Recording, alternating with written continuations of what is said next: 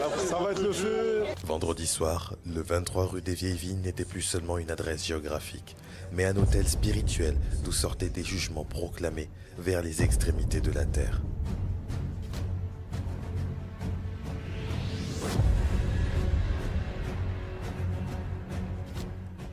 Oui, on peut dire, Dieu avait orchestré la cité pour un temps comme celui-ci.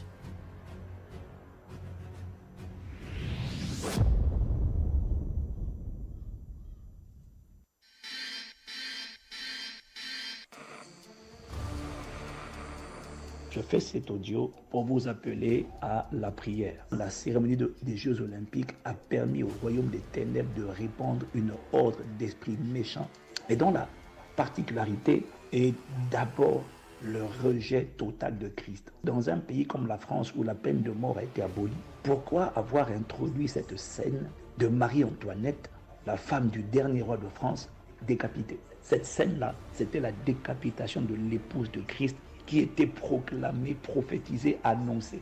Ça signifie qu'après les Jeux Olympiques, cette décapitation se prépare en deux phases. Premièrement, décapiter, c'est-à-dire arracher les têtes de l'Église. Les têtes, c'est deux choses. Premièrement, les pasteurs des grandes églises, les locomotives, ceux qui sont devant, les plus exposés, les méga-churches seront la cible de toute tentative de scandale, de calomnie, de diffamation, si nous ne prions pas et nous n'intercédons pas pour les têtes. Si les têtes sont visées, c'est fini, le corps est dispersé. Mais ça n'arrivera pas. Notre riposte, ce n'est pas attendre. Non, notre riposte à nous, c'est la prière. C'est pourquoi, avec le pasteur Marcelo, avec le pasteur Mohamed Sanogo, sur la base des révélations que le pasteur Mohamed a reçues et que nous croyons venir de Dieu, nous avons décidé de faire ce qu'on n'a jamais fait. Nous, Impact Centre Chrétien, un jeûne et prière de 40 jours. Nous avons décidé de lancer cette dynamique. Les églises Impact Centre Chrétien montent, Vase d'honneur monte et plusieurs autres églises en France, en Europe, en Afrique, dans la Caraïbe, en Amérique du Nord. Nous avons décidé de commencer le lundi 9 septembre et nous finirons le vendredi 18 octobre. Et nous allons être en prière pendant 40 jours, tous les jours, et nous allons clôturer le jeûne dans les maisons et dans le temple. J'exhorte chacun, ceux qui ne peuvent pas se rendre dans l'église, à se rendre dans des groupes de maisons afin de prier ensemble et afin de dresser la table, le repas du Seigneur chaque jour pendant ces 40 jours. Et ce qui va se passer après ces 40 jours, ça va être terrible. Le sang de Jésus va parler. Il va y avoir une riposte spirituelle contre tout ce qui a été planifié. Les ténèbres ne gagneront pas. Non. Nous allons nous lever en prière. Et je lance cet appel à quiconque est sensible à la voix de l'Esprit. Que Dieu vous bénisse et on se retrouve chacun d'entre nous selon son église dans cette dynamique de prière corporative. On est ensemble. Pendant 40 jours, toutes les églises ICC, Vase d'honneur et plusieurs autres assemblées partout dans le monde se sont rassemblées matin, midi et soir sur plusieurs fuseaux horaires pour que l'église triomphe par le sang de Jésus.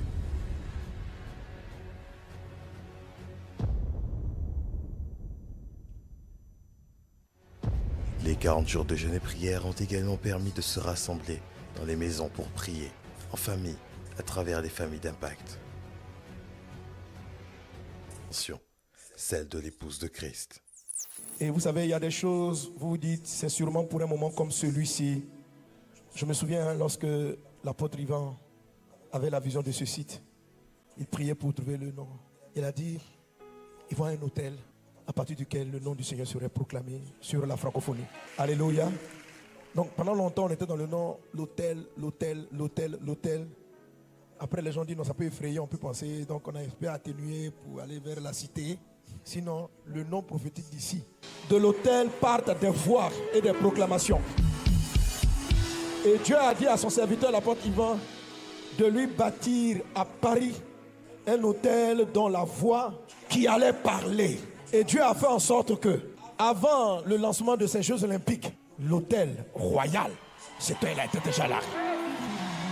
Dieu a mis la pression pour qu'on dévance ce qui allait être fait, ce qui allait être dit, afin que le peuple de Dieu et le Saint-Esprit étaient conscients. Ils savaient que c'est à partir de la France, à partir de Paris, que quelque chose de nauséabond, horrible allait être lancé.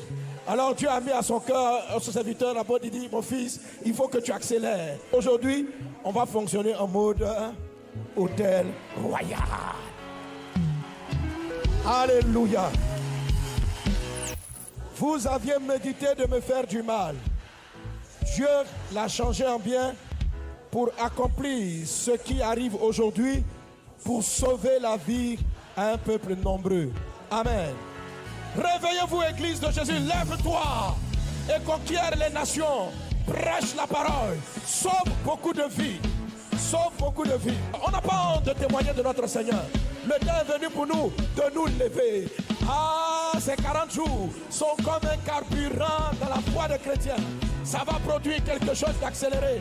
Non, non, non. Ce n'est pas une défaite, c'est une accélération du ministère. C'est une accélération de l'œuvre de Dieu. Alléluia. Quelqu'un donne un bon amen. Amen. La dimension de l'épouse est une...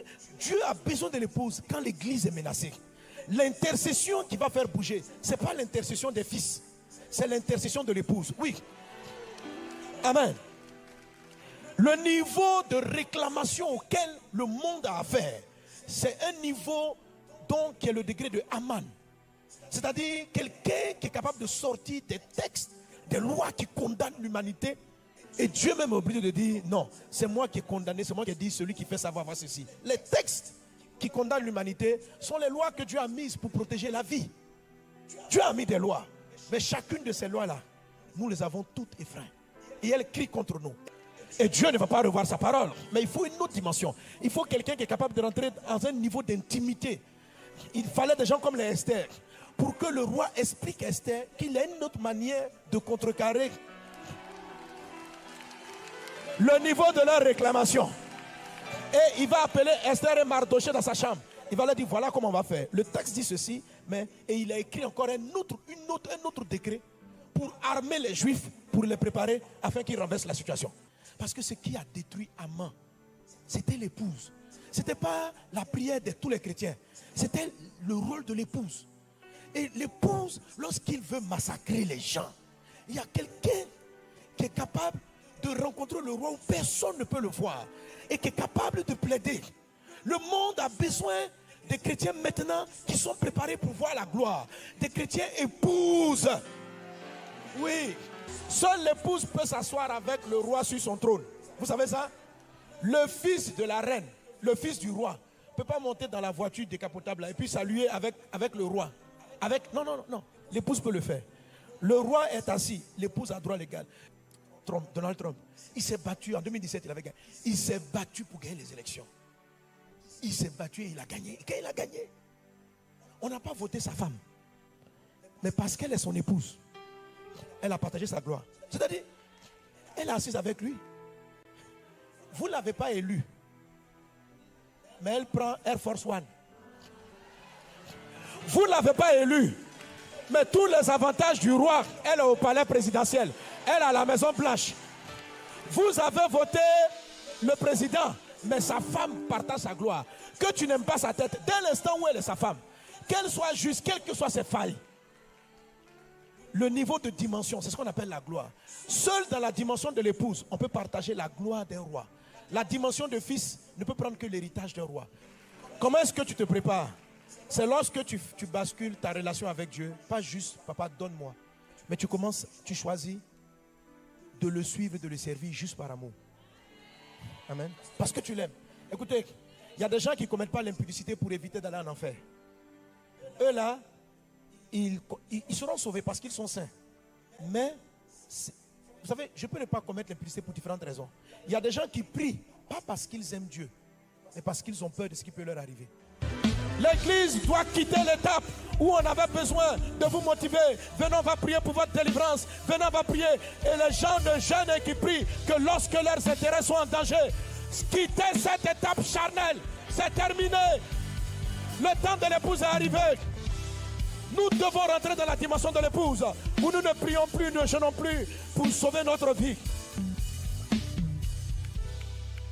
Ce sont les fils qui ont des visions et des missions. Une épouse n'a pas de vision ni de mission.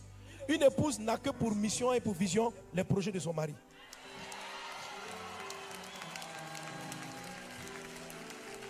L'amour de l'épouse, ça s'appelle de la soumission. C'est-à-dire soutenir la mission. Lorsque vous êtes un chrétien fils, vous cherchez Dieu pour qu'il vous révèle votre mission et que vous réalisez et que Dieu vient vous aider à réaliser votre destinée. Ça, c'est les chrétiens fils. Les chrétiens épouses, ils n'ont même pas de destinée. Leur destinée, c'est la destinée de leur mari.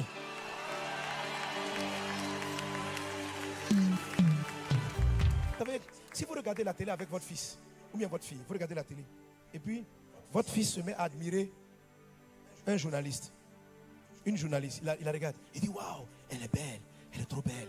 Waouh, c'est une des plus belles femmes de la terre. Waouh, waouh, waouh. Papa et maman, vous êtes devant la télé, vous allez rire. Oh, toi aussi, tu exagères, elle n'est pas si belle que son mari. Ok?